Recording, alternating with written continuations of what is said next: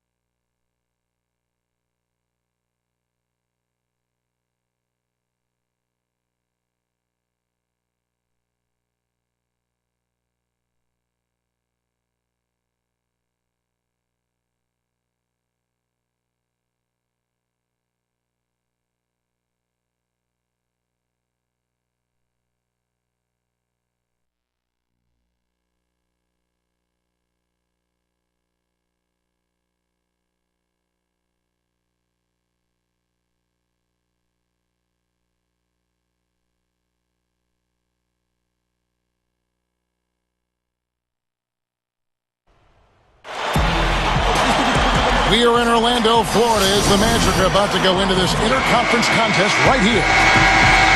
The NBA on 2K Sports. That is the place you want to be, and we're happy to have you with us on our broadcast today. So the opening lineup for the Suns. We've got Nash, Channing Frye out there with Jared Dudley. Then it's Gortat, and it's Brown in at the 2 guard. And for the Magic, Jason Richardson and Hito Turkoglu are at the 2 and 3.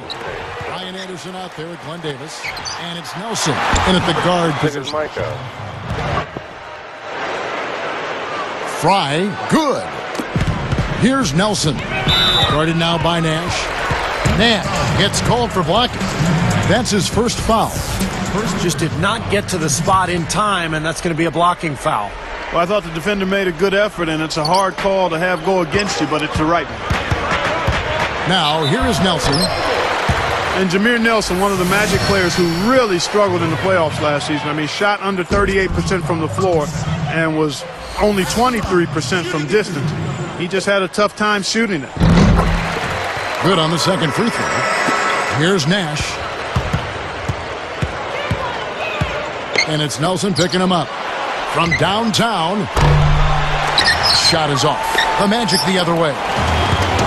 And going back to Jameer Nelson, guys, apparently after a regular season game against Chicago, he told Derrick Rose, I'll see you in the second round. Well, after the Hawks knocked out the Magic in the first round, they actually left tickets for Jameer and will call prior to their first game against Chicago.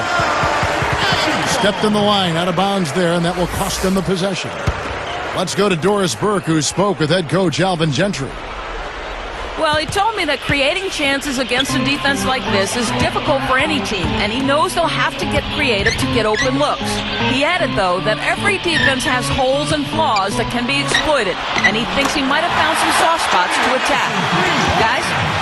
Terrific, Doris. Thanks. They put a lot of thought into how they're going to match up against the opposing defense, guys. Well, one of the things you got to do here, Kevin, and Steve, you can't afford empty possessions against this team. You've got to put the ball in the basket. Yeah, that's for sure, Clark. You got to make them count because you know you're not going to get a lot of open looks. So make sure you make the defense move the ball, try to get good looks, and make them pay.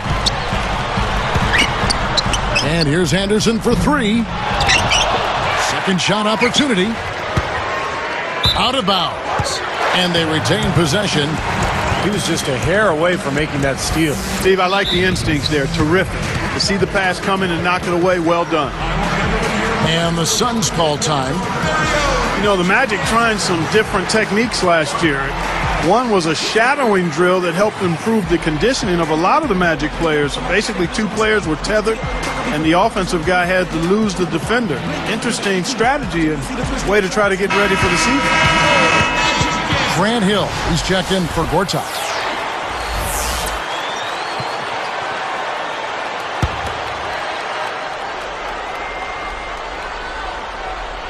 Here's Richardson. Puts the lead pass in front of him. That's good. Turkoglu's got his second basket.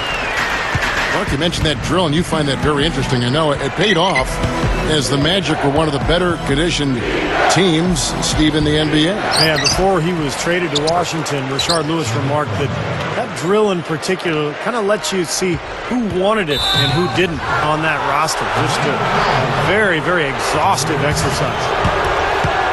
Yeah, no question there. That's a charge. He had his feet set. You know, a lot of times that's the hardest call to make. It can go either way, but that was the right call. It was pretty obvious that was a charge. Up with it. And the basket by Hill. It's a tie ball game. Boy, he set him up beautifully with that assist. Room service style. Nelson against Nash. Richardson for three. Phoenix grabs the miss. Well, I tell you, Jason Richardson was having what I thought was a strong season for the Suns last year, but things went a bit south when he was traded over to the Orlando Magic. What a beautiful pass. And then the catch and finish all in one motion, stupendous. An alley-oop like that, Clark, is just so rare. You just got to take a second and enjoy it. And guys, you have to admire someone with the confidence to even attempt to pass.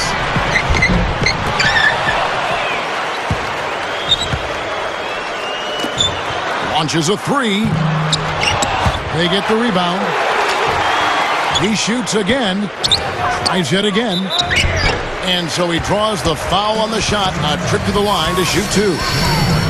Yeah, don't give up anything for free. I like that. Send him to the line.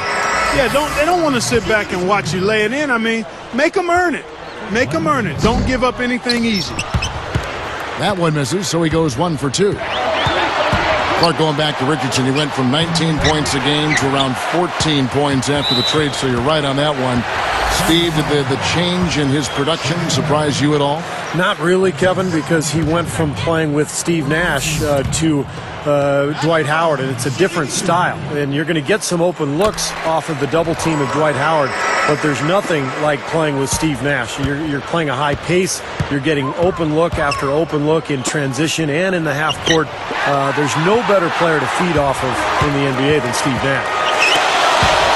The pass to Anderson. Guarded now by Nash. And Anderson gets it to go.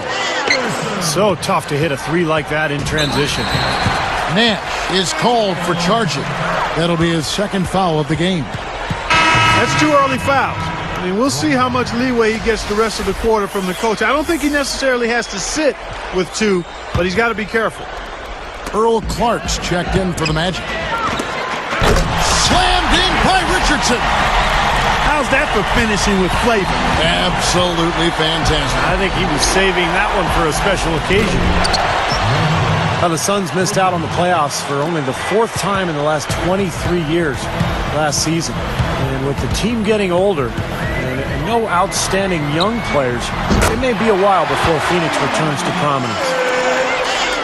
Coming back with a 3 of their own, I like that. Good response. Yeah, I agree with you. See, this is a team that will not back down. I mean, I'm not surprised to see them answer that way. Timeout called, the Suns.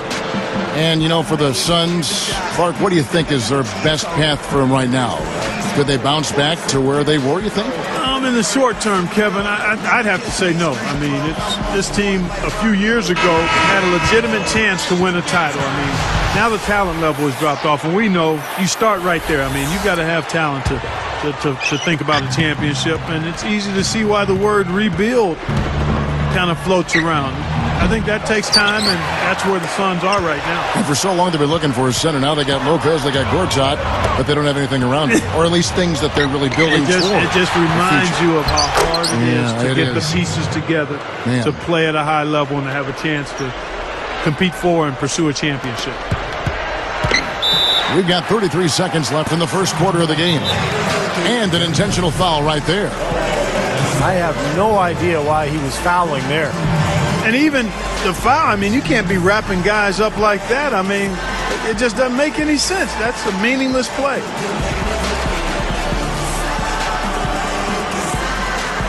And the Suns call time.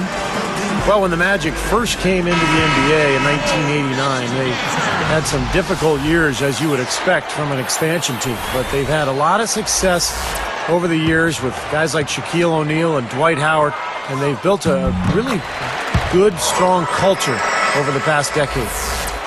And the Magic making a change here. Redick is checked in. And Phoenix also making a switch here. Telfair's checked in. You're right, Steve. Orlando has built an identity with that. And Clark, I'm sure you'd agree. Yeah, no question about it. I mean,